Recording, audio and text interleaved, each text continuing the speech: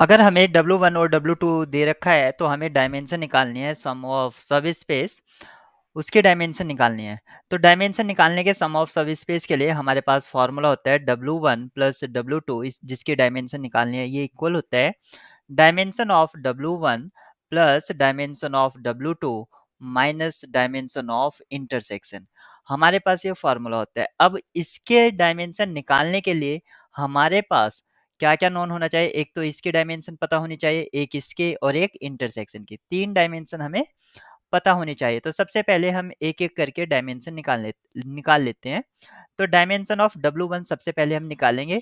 जो हमारे पास W1 है उसके एलिमेंट का करेक्टरिस्टिक क्या है, यानी कि वो एलिमेंट्स जो है किस प्रॉपर्टी को फॉलो करते हैं। x1 equal to x2 plus 2x3 इस प्रॉपर्टी को फॉलो करते हैं।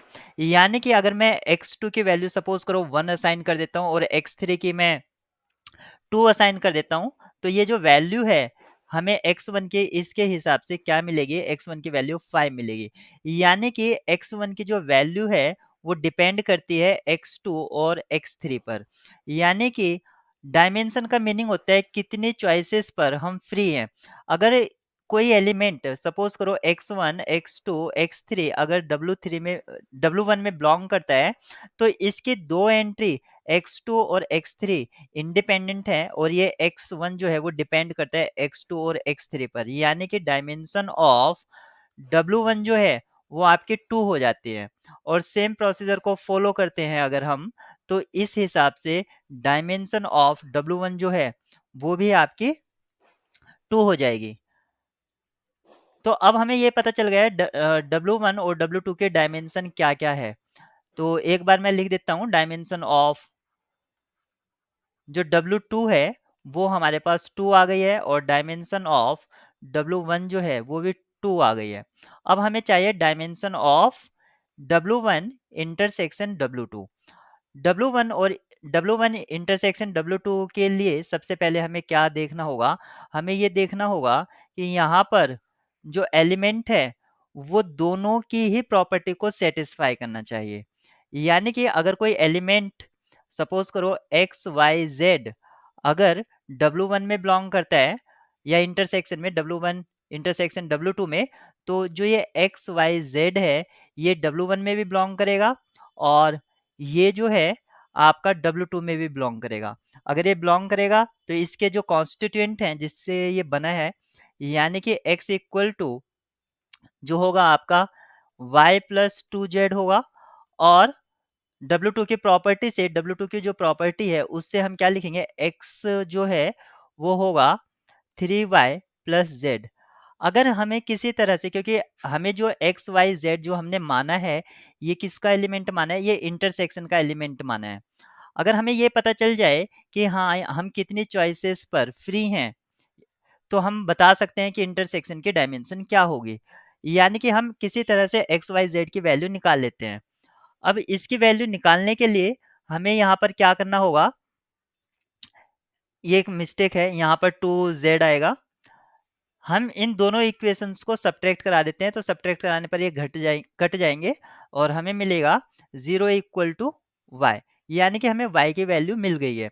और इक्वेशन 1 से हम यहाँ पर क्या देख सकते हैं, x इक्वल टू 2z।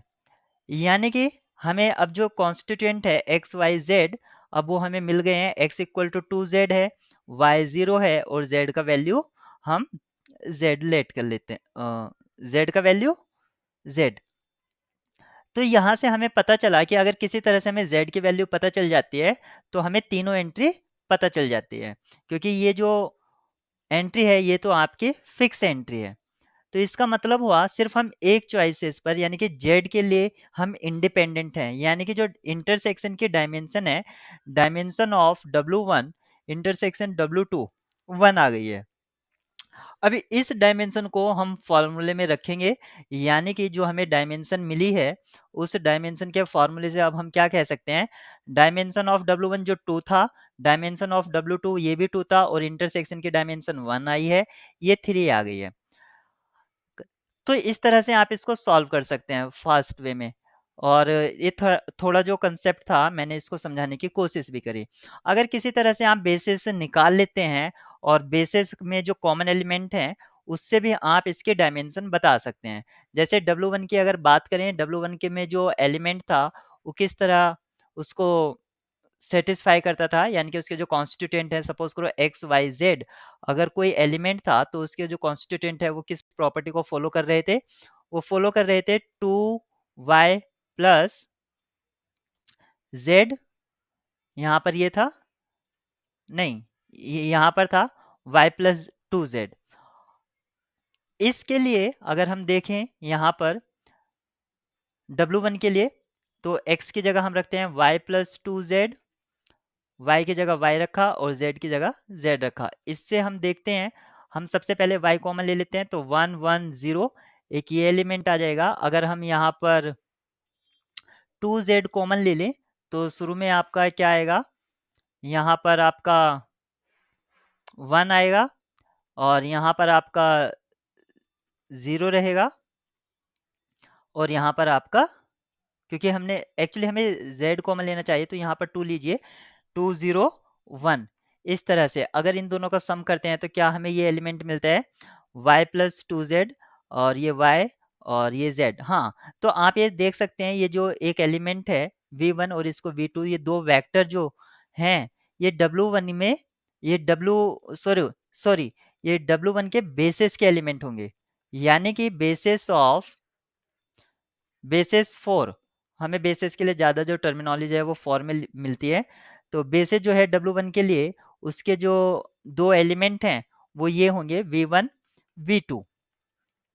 और बेसिस में कितने एलिमेंट होते हैं वही उसके डायमेंशन हो जाती है। तो W1 के डायमेंशन जो है आप यहाँ पर देख सकते हैं कि यहाँ पर 2 है। अगर आप इसी तरह से अगर निकालना चाहें W2 के लिए, तो W2 के लिए भी आप निकाल सकते हैं। और जैसे मैंने ये 2 वेक्टर बताए हैं, ये जो 2 वेक्टर हैं इसको पहले मैं लिख लेता हूँ, 1 1 0 और 2 0 1। ये 2 वेक्टर हैं W1 के बेसिस के। अब हम देखते हैं कि W2 का बेसिस क्या होगा।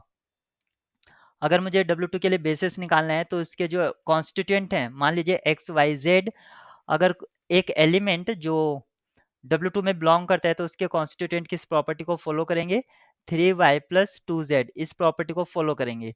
तो अगर मैं x की जगह ये लिखता हूँ 3y प्लस 2z, y की जगह सेम रखता हूँ और z की जगह भी सेम रखता हूँ, तो इसको मैं क्या लिख सकता हूँ, इसको मैं लिख सकता हूँ y अगर मैं कॉमन लेता हूँ 3 1 0, और अगर मैं z कॉमन लेता हूँ तो मैं लिखूंगा 2 0 1। तो यहाँ पर आप देख सकते हैं ये दो हमें न्यू एलिमेंट्स मिल गए हैं।